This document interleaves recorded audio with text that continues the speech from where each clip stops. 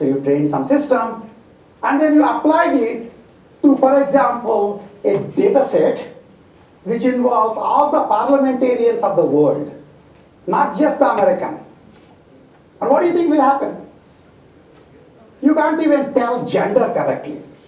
And you guys know, I don't know how many of you know this was actually a huge problem that happened last year, that the commercially available gender classification systems that IBM was using, that Amazon was using, etc., basically are all trained on one set of data, the easily available data on the Google.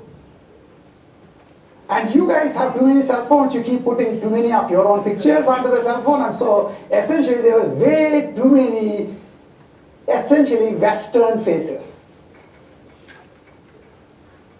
And so the machine basically just failed pretty miserably on the faces of Malaysians, on the faces of Ghanaians, on the faces of maybe some Indians too, because not all Indians are here, even though there are a whole bunch of them in this class. There's some more left in India. And so what happened then is that the distributions are different. The training distribution is different from the test distribution. And saying, how can AI do this? AI is biased, is crazy. AI is not biased, your data set is biased. Do you understand what I'm saying? So you should have given a representative data set to train your system. Then it might have a chance of doing well. It might still not do well because it has actually no idea how to tell gender. But at least until then, it wasn't even a fair question to ask. So right now, right after that, basically all of these people very quickly went, took pictures of lots of people in Ghana and Malaysia, etc., put them up into the training set, and then retrained their systems. Now it's doing slightly better. Okay? So in real world, essentially, without your knowledge, you might well have training and test set having different distributions. And you still have to deal with it. And these are the problem cases. In fact, one of which we will talk about in today's class is called covariate distribution, which is sort of like what happened in the gender scenario to some extent. That, so if you think in terms of a classification problem, it's taking some input variables x1 and x2, x1 to xn, and mapping it to some classification variable y. So picture pixels of your face being mapped to male versus female, if you're looking binary gender classification. Okay? So the question then is, there are many ways in which the data that you trained with and the data that you're testing with can differ in distributions. The distributions are different, but they could be for different reasons. One particular way would be that the relation between x's and y's are unchanged. But the x's in the input data are different from the x's in the test data. So the ranges, the distribution of input variables x is different in the training versus test data. And that's what is called covariate distribution, and what we call batch norm essentially winds up handling this covariate distribution in a very interesting way, because it winds up having to deal with it at the internal nodes. We'll talk about it. Okay? But anyway, learning in non-stationary environments is hard. A particular form is covariate shift, but most normal learning that we are trying to analyze assumes that the distribution of the training and test data are the same. Assuming such a fair test, then you can talk about what is a complexity of a learning problem.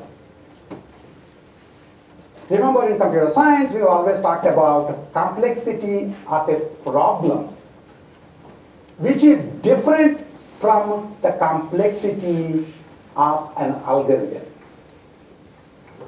Right?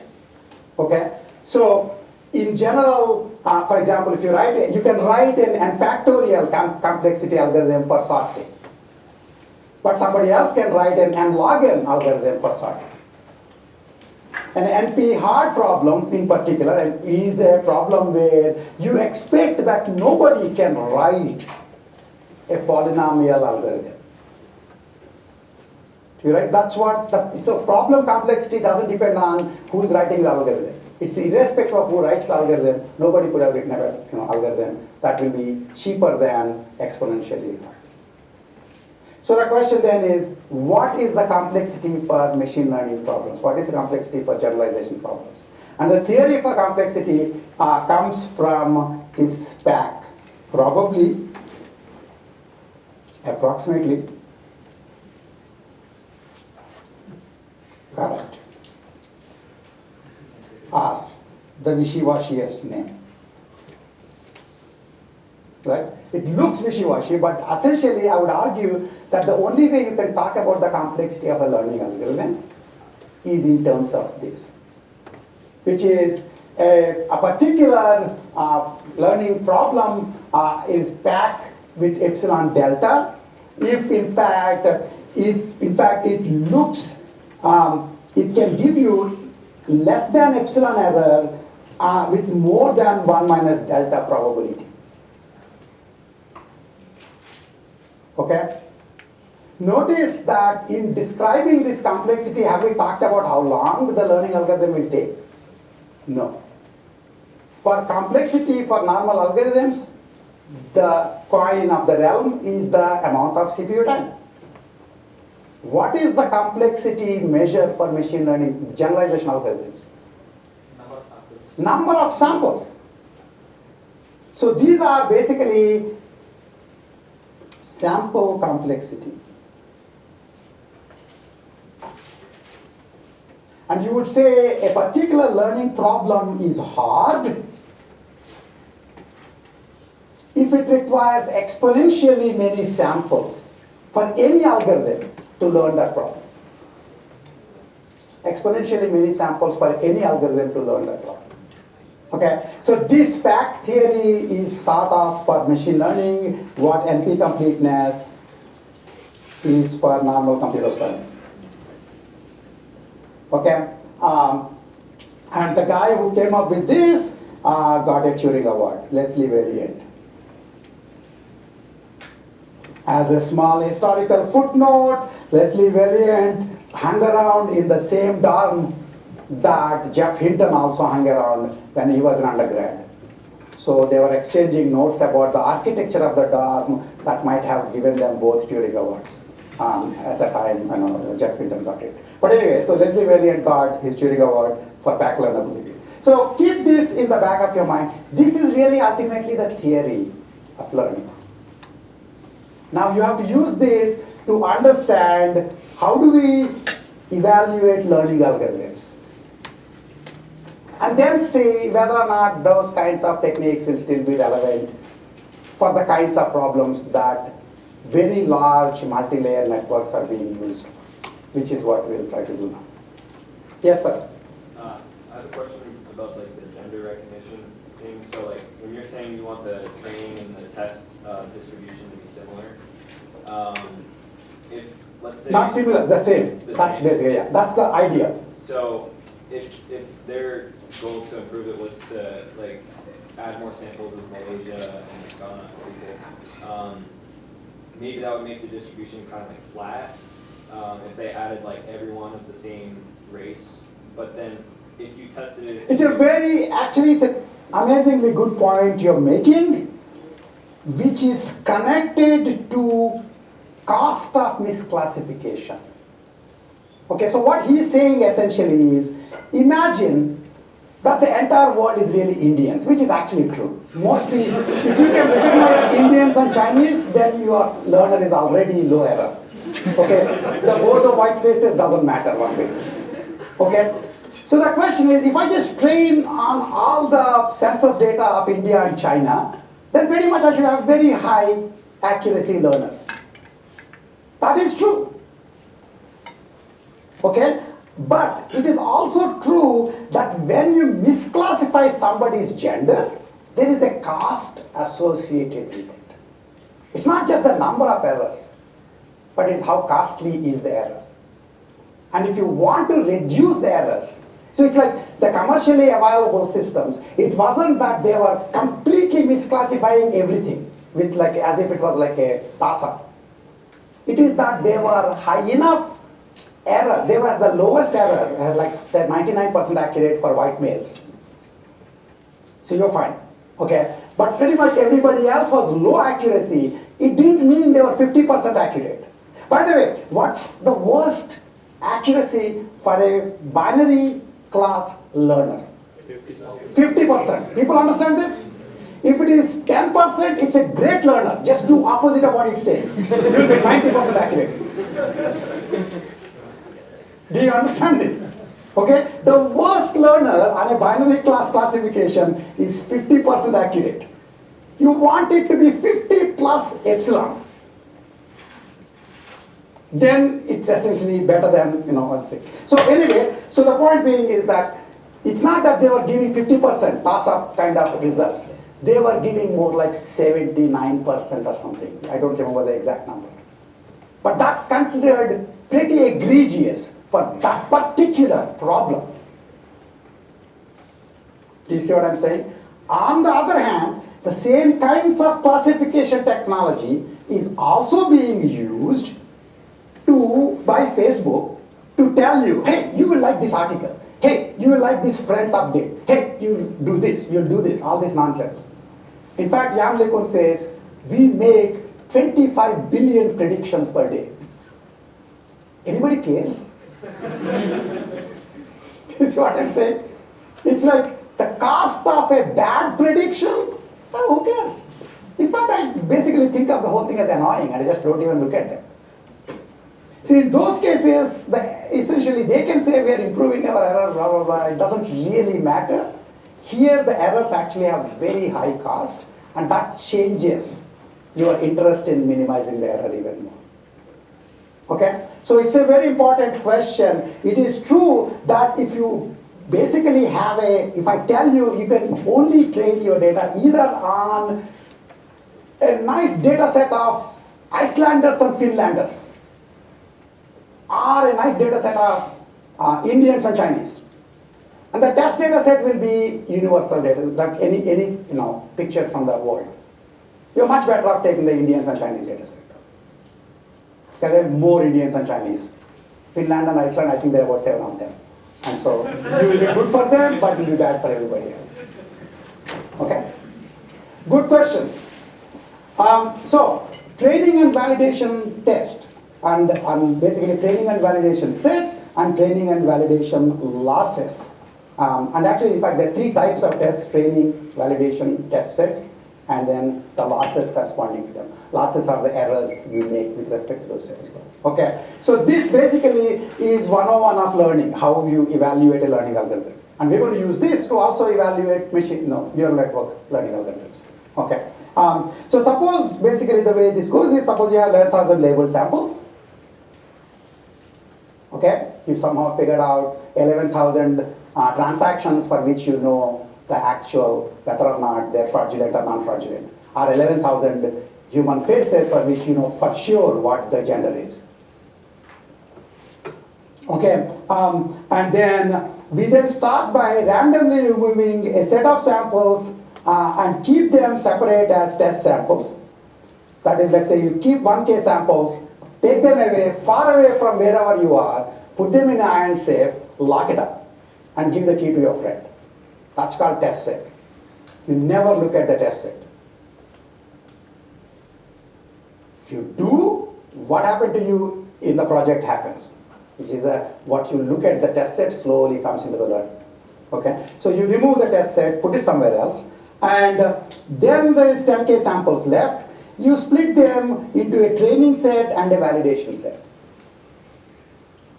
Okay, so let's say 9K as the training set and 1K samples as the validation set. Notice all the discussion is only in terms of samples, because we know complexity of generalization is measured in terms of samples, not not in terms of time, but in terms of samples. Okay?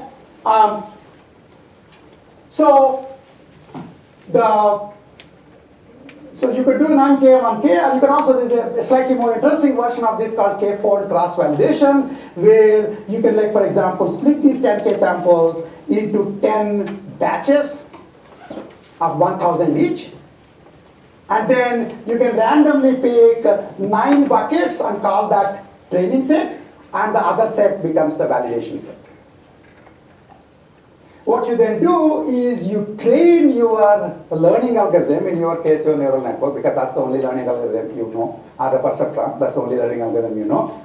Okay, on this 9K data set, see how well is it performing on the validation set. And that's where you try to decide whether things like overfitting are happening, whether you should try to change the number of layers in the network, etc. After a while, you think that the validation test error is low enough, at which point you say, my learner is ready for the real world. And then you apply it to the test set. This is how you do evaluation. Okay? So keep this in mind. The difference between validation and test set is subtle. Essentially, first, the learning algorithm tries to fit to the training data, because it's trying to minimize the error in the training data. Then every once in a while, you are comparing it to the validation test set, and then seeing the error on that to change the learning algorithm itself. So it slowly learns the validation set also. It's not as fast, but eventually the validation set patterns will leak into the learner. So just as you can overfit to the test, to the training set, you can also overfit to the validation set, which is why you don't say the test set is validation set. Do you see what I'm saying? And then, of course, in the end, then you compare it to the test set. Okay. One other thing, just before I go forward, I want to go back here and mention, I guess here, where did I have this? Yeah, this part. I do want to mention this. When I was speaking these things, one of the words that people in machine learning should say, but they have no idea what they mean, what it means, is IID. Right? IID is a nice assumption. Okay? What does IID mean? It's that samples are independently chosen and were chosen with the same distribution. IID means independent and identically distributed. That's basically what I'm doing if I'm using a probability P, distribution P, and picking one sample at a time. And again, the way we pick the samples is assumed to be with replacement. Okay, the bucket is basically, it's really not a bucket. If you're a probabilistic guy, you will say it's an urn. Probabilistic people don't have buckets, they have urns, where they can put their ashes. Urns with replacement. This is an urn model with replacement. So you pick the thing, and it's not that just because you looked at this data, the data gets consumed. You're not eating it. Right? Okay? So you doing this thing, and then so basically this is IID this assumption. This is what, just as requiring the training and test set to have the same distribution is not always possible, as I told you, requiring IID is not actually always possible. Imagine the following thing. You pick somebody, one particular transaction, and you realize it's a fraudulent transaction. Okay? Then you picked all the other transactions of that person. Or all the other transactions that happened on that day.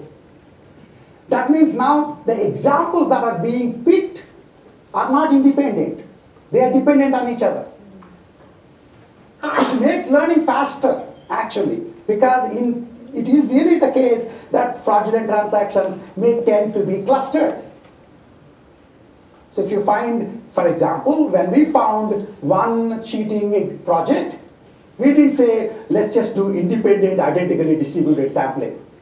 We didn't say that. We picked the ones who they cheated, and then we looked at their other projects. Bingo! I don't need to do IIT. Do you understand what I'm saying? And I can learn much faster who cheated by doing that non-IIT sampling. But the theory is much simpler if it is IIT sampling. So it's important to remember that people actually talk about IIT sampling, but really in most real world scenarios, the way the training data is picked is typically non-IIT. Okay? Keep that in mind. Okay. Finally, we come to evaluating learning algorithms. Yes? Yeah, how do we know that whether we have used, like, whether to assume IIT or not?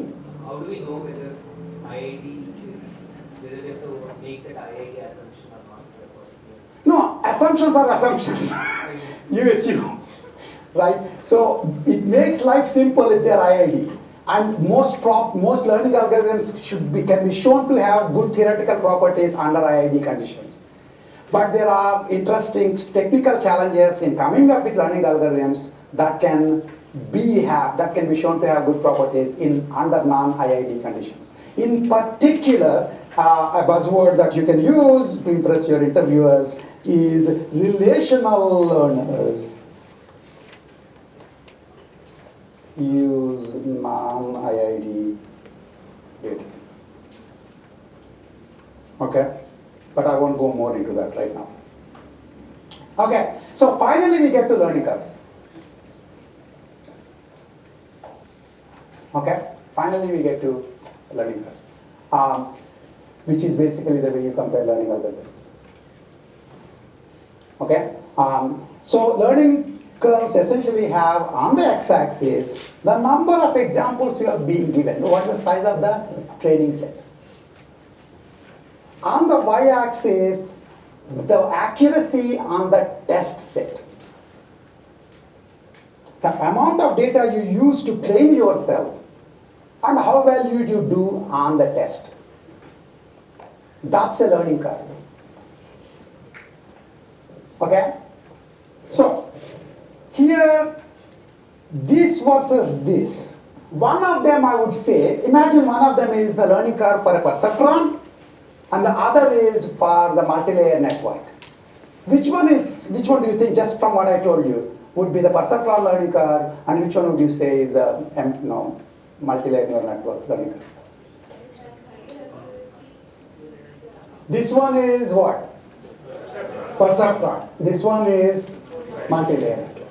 In fact, in many cases, if you actually do the same thing, it looks more like this.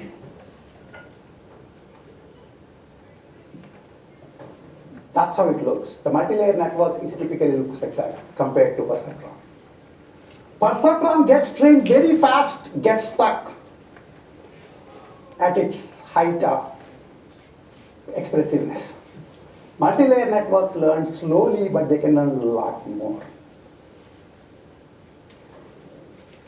Any of you parents had a dog when you were a kid? Okay. Your parents would have compared you to the dog.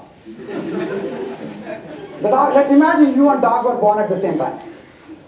Okay? And most reasonable parents will think, why didn't we have a dog? Why did we have a kid? Kids don't do anything. They just hang around, very slow learners. Dogs, within a couple of days, they're running around. A few months later, they're catching ball. Very fast learners. They're like perceptrons. You are like creeping along like this. The difference is the dog is still only good at catching the frisbee. You, on the other hand, can fake coming to the Intro to AI class. Although that one guy there is mostly spending his time looking at his laptop and expects that nobody knows this. But he didn't even hear me, believe me. That well attention. I'm going to find out the name later. But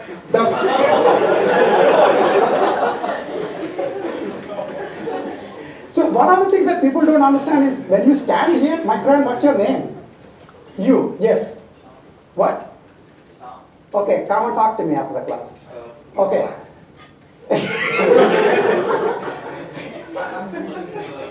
Come and talk to me after the class. We have good fun. Okay. So the difference between the dog and the person is the person was a slow learner, but their capacity for learning is high. So they can learn a lot more concepts. The dog was a fast learner, but it stops after a while. It has a small brain.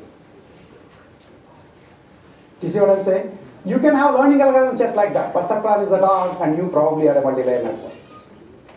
And you can compare those sorts of things. So you can actually, when comparing machine learning algorithms, you consider the slope of the learning curve, which tells you whether you are a slow or a fast learner, and the asymptotic accuracy, which tells you the capacity of the network.